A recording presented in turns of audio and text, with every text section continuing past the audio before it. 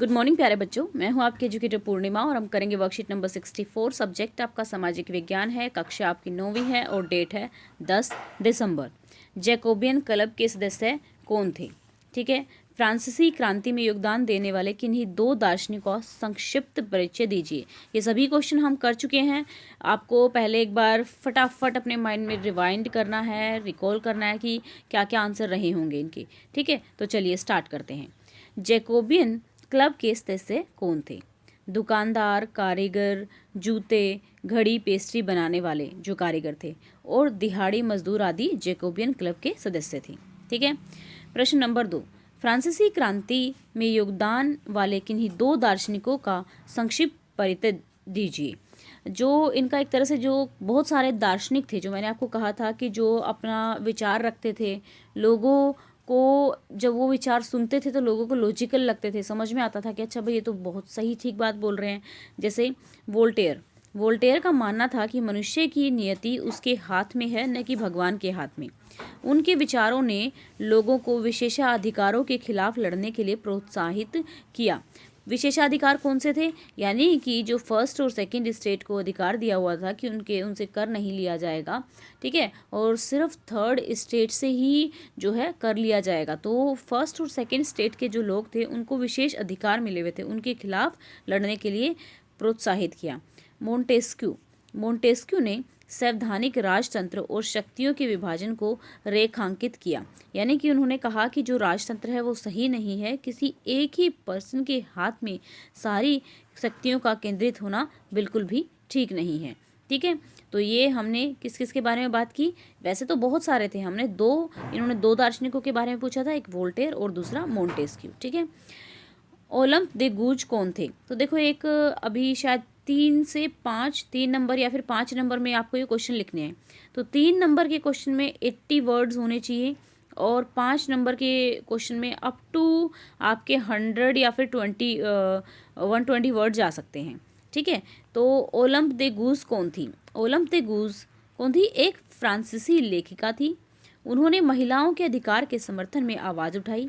उन्होंने 1791 में महिला और नागरिक के अधिकारों की घोषणा की तथा 1793 में महिलाओं के क्लबों को जबरन बंद करने के लिए जैकोबियन सरकार की आलोचना की थी और इसी के चलते बाद में उन पर राजद्रोह का आरोप लगाया गया था और उन्हें मार दिया गया था। ठीक है, नेक्स्ट क्वेश्चन है, रोबेस्पियर के शासनकाल को आतंक का राज क्यों कहा जाता है? रोबेस्पियर के शासनकाल को निम्नलिखित कारणों के कारण आतंक का राज कहा जाता है। क्यों? क्योंकि उसने गंभीर नियंत्रण और सजा की नीति का पालन किया था। उसके शासनकाल में अगर कोई व्यक्ति उसकी नीतियों से सहमत नहीं होता था तो उसे दोषी ठहराया जाता था और सजा दी जाती थी। रोबेस्पियर की सरकार ने मजदूरी और कीमतों पर अधिकतम सीमा रखते हुए कानून जारी किए थे। धार्मिक स्थलों को बंद कर दिया गया था। फ्रांसीसी समाज में महिलाओं का जीवन कैसा था? कैसा जीवन था? फ्रांस में जो महिलाएं थी, समाज में सम्मानजनक स्थिति नहीं थी। उन्हें क्रांति से पहले पुरुषों से बहुत नीचा माना जाता था। तीसरे स्टेट की अधिकांश महिलाओं को जीवन यापन के लिए काम करना पड़ता था। अधिकांश महिलाओं के पास शिक्षा या नौकरी प्रशिक्षण के अवसर नहीं थे। केवल अमीर घरों की महिलाओं को या तीसरी स्टेट से नीचे की महिलाओं को ही शिक्षा मिल सकती थी तथा महिलाओं की मजदूरी हमेशा पुरुषों की तुलना में कम होती थी। ठीक है, नेक्स्ट क्वेश्चन है, फ्रांस के 3 स्टेट्स का संक्षिप्त वर्णन कीजिए। प्रथम स्टेट्स, इस स्टेट्स में पादरी वर्ग शामिल था, इन्हें राजा को कर देने में छूट प्राप्त थी। दूसरी स्टेट में कुलीन वर्ग शामिल था, इन्हें भी करों में छूट दी गई थी। तीसरी स्टेट में व्यापारी, अदालत के अधिकारी, वकील, किसान और कारीगर, भूमिहीन श्रमिक, नौकर आदि शामिल थे। तीसरी संपत्ति में अमीर और गरीब दोनों व्यक्ति शामिल थे। ये तीसरी स्टेट आएगा। ठीक है, तीसरी स्टेट आएगा यहाँ पे, में अमीर और गरीब व्यक्ति दोनों शामिल थे, इन्हें कर देना अनिवार्य था।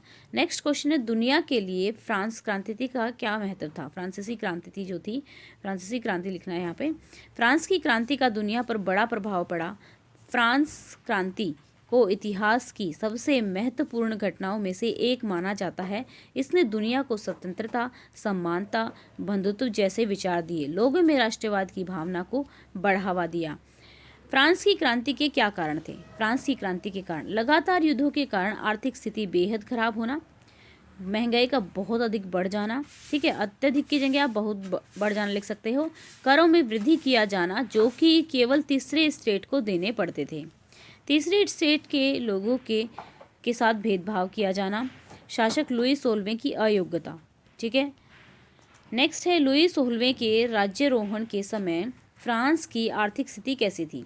लुई 16वें के राज्यारोहण के समय फ्रांस की आर्थिक स्थिति बहुत खराब थी। लगातार युद्धों के कारण फ्रांस का शाही खजाना और वित्तीय संसाधन बर्बाद हो चुके थे, महंगाई बहुत अधिक बढ़ चुकी थी। नेक्स्ट क्वेश्चन है फ्रांस में डायरेक्टरेट का शासन क्या था? फ्रांस में नेशनल कन्वेंशन के बाद चुनी गई एक परिषद के शासन को डायरेक्टरेट का शासन कहा जाता है। इस परिषद में कितने सदस्य होते थे? 5 सदस्य होते थे। प्रत्येक सदस्य बारी बारी अध्यक्ष बनता था। इस शासन व्यवस्था का अंत नेपोलियन ने कर दिया था, ठीक है। नेक्स्ट क्वेश्चन है सों-कुलोत कौन थे? सों-कुलोत फ्रांस के निचले वर्ग के आम लोग थे जो बिनाधारी पतलून पहनते थे। नेक्स्ट क्वेश्चन है राजतंत्र और गणतंत्र सरकार में क्या प्रमुख अंतर है? राजतंत्र इस का शाब्दिक अर्थ होता है राजा का शासन। इसमें देश का प्रमुख एक राजा या सम्राट होता है। अधिकांशतः इस व्यवस्था में उत्तराधिकारी अनुवांशिक आधार पर चुने जाते हैं। अनुवांशिक यानी कि पहले राजा है फिर उसका बेटा राजा बनेगा, इस तरीके से, ठीक है। जबकि गणतंत्र में देश के प्रमुख का चुनाव कौन करता है? जनता करती है, ठीक है। नेक्स्ट है आपका 18वीं सदी में फ्रांस में दास प्रथा की क्या स्थिति थी? इसका अंत किस प्रकार हुआ? 18वीं सदी में फ्रांस में दास प्रथा अपने चरम पर यूरोप, अफ्रीका और अमेरिका के बीच त्रिकोणीय दास व्यापार किया जाता था। अफ्रीका के स्थानीय सौदागरों से दासों को खरीदकर बागान मालिकों को बेच दिया जाता था। दासों की स्थिति बहुत दयनीय थी। उन्हें किसी भी तरह के अधिकार प्राप्त नहीं थे तथा उनसे मनमाने तरीकों से कार्य करवाए जाते थे। दास प्रथा के अंत के लिए 1794 के कन्वेंशन में दासों को मुक्त करने संबंधी कानून भी बनाए गए थे, लेकिन ये कानून लंबे समय तक नहीं चल पाए थे, लंबे समय तक प्रभावी नहीं रह सके थे। एक दशक के बाद नेपोलियन ने दास प्रथा को फिर से लागू कर दिया था, जो अंततः कब खत्म हुई? 1848 में फ्रांसीसी उपनिवेश से पूरी तरह समाप्त कर दी गई। तो स्टूडेंट्स नेक्स्ट क्वेश्चन है लुई 16वें के अंत के बाद फ्रांस एक संवैधानिक राजतंत्र कब और किस प्रकार बना? सितंबर 1791 को राष्ट्रीय संविधान सभा ने राजा लुई 16वें को 1791 के फ्रांसीसी संविधान को स्वीकार करने के लिए मजबूर किया। इस प्रकार निरपेक्ष राजतंत्र को संवैधानिक राजतंत्र में बदल दिया गया। तो ये चैप्टर हम पूरा अच्छे से समझ चुके हैं। तो क्वेश्चन आंसर्स आप याद करेंगे। फ्रांस की राजनीति में नेपोलियन बोनापार्ट की भूमिका को लिखिए। नेपोलियन ने 1799 से 1804 तक फ्रांस के पहले काउंसिल के रूप में कार्य किया।